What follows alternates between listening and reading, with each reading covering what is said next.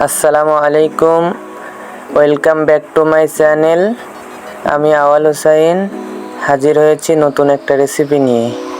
আজকের রেসিপিটি হলো বিয়েবাড়িতে সাদা ধবধবে ঝরঝরে পোলাও ভাতের রেসিপি। তাই আর দেরি না করে রেসিপিটি শুরু করা যাক। দিয়ে দিলাম 1.5 কেজির মতো সয়াবিন তেল। তেলটা হিট হয়ে গেলে দিয়ে দিলাম আগে থেকে কুচিয়ে রাখা 1 কেজির মতো পেঁয়াজ। পেঁয়াজগুলোকে 4 মিনিটের মতো ভেজে নিতে হবে। হালকা বাদামি রং ধারণ করলেই এর ভিতরে কিশমিশ দিয়ে দিতে হবে। কিশমিশ দেয়া হয়ে গেলে এর ভিতরে কিছু তেজপাতা দিয়ে দিলাম।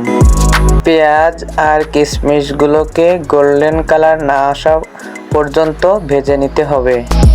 পেঁয়াজের রং গোল্ডেন কালার হয়ে এলে আমরা চাউলের মাপ অনুযায়ী পরিমাণ মতো পানি দিয়ে দেব, যাতে চাউলগুলো ভালোভাবে ফুটে যায়। পরিমাণ মতো পানি দেওয়া হয়ে গেলে আমরা এর ভিতরে দুধ, এলাচ এবং মিষ্টি কাঠ দিয়ে দেব। দিয়ে দিলাম অল্প একটু টেস্টি সল্ট, আর দিয়ে দিলাম স্বাদ মতো লবণ। দিয়ে দিলাম কাঁচামরিচ, দিয়ে দিলাম কাজু বাদাম, দিয়ে দিলাম আলু বোখরা, দিয়ে দিলাম অল্প একটু ঘি দেওয়ার কারণে পোলাওর স্বাদটা একটু বেশি হবে।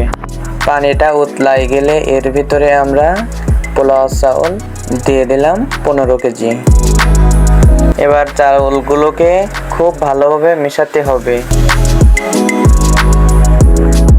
5 থেকে 6 মিনিটের মতো চাউলগুলোকে জাল করে নিতে হবে, তবে লক্ষ্য রাখবেন যেন তলায় না লাগে। 5 থেকে 6 মিনিট জাল করার পরে চাউল আর পানি সমান সমান হয়ে আসবে। এবার এর ভিতরে আমরা হাফ কেওড়ার জল ও হাফ গোলাপ জল দিয়ে দিলাম একটা মোগলাই সেন্ট।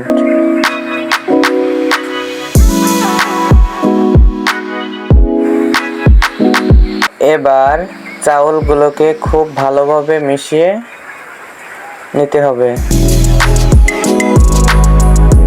চাউল আর পানি সমান সমান হয়ে গেলে আমরা পোলাওটাকে দমে বসানোর জন্য নিচে নামিয়ে নেব।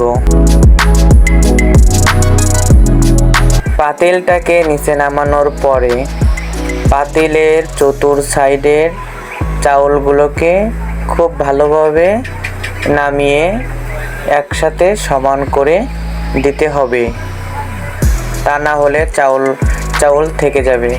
এবার দমে বসানোর জন্য পাতিলের মুখে ঢাকনা দিয়ে দিলাম।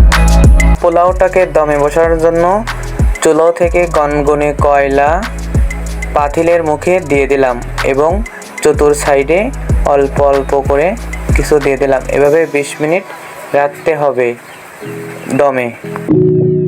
20 মিনিট পরে ফিরে এসে পাতিলের মুখ থেকে কয়লাগুলো সরিয়ে ভাতগুলোকে ভেঙে দিতে হবে। দেখেন কত সুন্দর ঝরঝরা সাদা ধবধবে পোলাও রেডি হয়ে গেছে। আজকের রেসিপিটা এই পর্যন্তই ছিল। আজকের রেসিপিটা যদি ভালো লেগে থাকে আমাদের চ্যানেলটাকে সাবস্ক্রাইব করতে ভুলবেন না এবং লাইক, কমেন্ট, শেয়ার দিতেও ভুলবেন না। আমাদের রেসিপিটা শেষ পর্যন্ত দেখার জন্য আপনাদেরকে ধন্যবাদ। আপনাদের সুস্থতা কামনা করে আজকের মতো বিদায় নিচ্ছি। আল্লাহ হাফেজ।